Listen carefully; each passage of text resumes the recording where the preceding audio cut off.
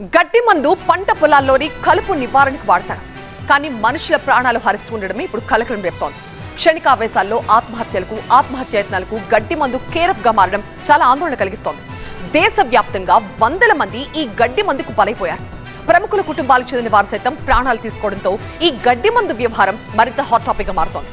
Ban చేయాలంటూ ఏకంగా parliament లో కూడా ప్రస్తావించే వరకు వెళ్ళింది అంశం. గడ్డి మందు పేరు పారాక్వాట్ డైక్లోరైడ్. ఈ పారాక్వాట్ డైక్లోరైడ్ ప్రజల ప్రాణాలు తీసేస్తోంది. పారాక్వాట్ కలుపును వేర్లతో సహా నాశనం చేస్తుంది. ఎందుకంటే ఇది అత్యంత విషపూరితమైంది, ప్రాణాంతకమైనది. పలు రకాల పంటల్లో కలుపు నివారణకు రైతులు సాధారణంగా వాడుతుంటారు. కానీ ఇది రాను రాను మనుషుల ప్రాణాలు తీస్తుండటంతో గడ్డి మందు వ్యవహారం సంచలనం సృష్టిస్తోంది. అందుకే దేశవ్యాప్తంగా గడ్డి మందు బ్యాన్ డిమాండ్ తెరపైకి వచ్చింది. గడ్డి మందుకు బలైన కుటుంబాలు రోడ్డెక్కి నినదిస్తున్నాయి. ఒకవైపు బ్యాన్ చేయాలని డిమాండ్ కొనసాగుతుంటే మరికొందరు క్షణికావేశాల్లో అదే గడ్డి మందును ఆసరాగా చేసుకుని ప్రాణాలు తీసుకుంటున్నారు. మంచిర్యాల జిల్లా చెన్నూరులోని బాలికల గురుకుల పాఠశాలలో 7వ తరగతి చదువుతున్న రాళ్లబండి శ్రీవింద్య అనే విద్యార్థిని గడ్డి మందు తాగి ఆత్మహత్యకు పాల్పడింది. గంగారం గ్రామానికి చెందిన శ్రీవింద్య గత బుధవారం సాయంత్రం వాంతులు చేసుకోవడంతో స్కూల్ సిబ్బంది చెన్నూరు గవర్నమెంట్ ఆసుపత్రికి తరలించారు. ఆ తర్వాత కండిషన్ సీరియస్ అవ్వడంతో మంచిర్యాలలోని ప్రైవేట్ ఆసుపత్రికి తరలించారు. అక్కడ వైద్య పరీక్షలు నిర్వహించిన డాక్టర్లు పాయిజన్ తీసుకున్నట్టు అనుమానించి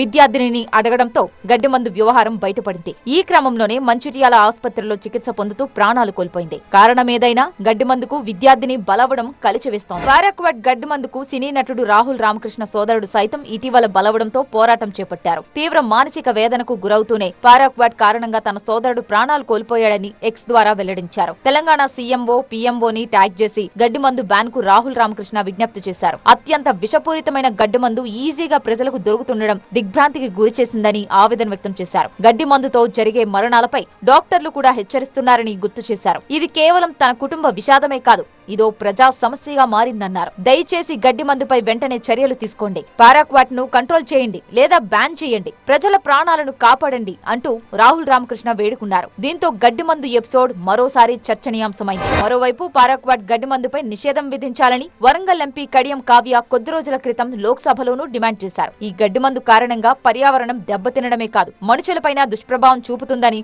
ఆందోళన వ్యక్తం చేశారు. ఈ గడ్డి మందు భూసారాన్ని తగ్గించడంతో పాటు భూగర్భ జలాలు కూడా విషంగా మారుతున్నాయని తెలిపారు. గ్రామాల్లో రైతుల ఆత్మహత్యలకు ఈ గడ్డి మందు సాధనంగా మారుతోందన్నారు. అంతకు ముందు హైదరాబాద్ లో నిర్వహించిన బ్యాన్ పారాక్వాట్ సమ్మిట్ లోనూ గడ్డి మందును నిషేధించాలని నినదించారు. 100% మరణాల రేటు కారణంగా గడ్డి మందును బ్యాన్ చేయాల్సిన అవసరం ఉందన్నారు MP Kadiyam Kavya. The ban of paraquat, because this is causing 100% mortality to whoever they are consuming this. Even just a drop of paraquat is causing 100% death. So and it's easy availability. There is no antidote and also there is no coming back if you consume it once. ఇంతకీ paraquat గడ్డి మందు ఎందుకు ప్రాణాంతకం అనేది ఒక్కసారి చూద్దాం. గడ్డి మందు మనిషి ఊపిరితిత్తులు, కాలేయం, కిడ్నీలపై తీవ్ర ప్రభావం చూపుతుంది. ఫలితంగా ప్రాణాలు పోతుంటాయి. ఈ గడ్డి మందుకు విరుగుడు మందు లేదు. ఒకవేళ ఇది తాకిన వారు అతి కష్టం మీద చావు నుంచి బయటపడ్డ అవయవాలు శాశ్వతంగా దెబ్బతింటాయని వైద్య నిపుణులు చెప్తుంటారు. మొత్తంగా పారాక్వాట్ ఘటనలో మరణాల రేటు 100% ఉండటంతో ఇండియన్ మెడికల్ అసోసియేషన్, పలువురు వైద్య నిపుణులు ఈ గడ్డి మందుపై నిషేధం విధించాలని విజ్ఞప్తి చేస్తున్నారు. ప్రజల ప్రాణాల కంటే ఏది ముఖ్యం కాదు కాబట్టి కేంద్ర, రాష్ట్ర ప్రభుత్వాలు ఈ గడ్డి మందు బ్యాన్ డిమాండ్ పై స్పెషల్ ఫోకస్ పెట్టాలనే డిమాండ్ గట్టిగానే తెరపైకొస్తోంది.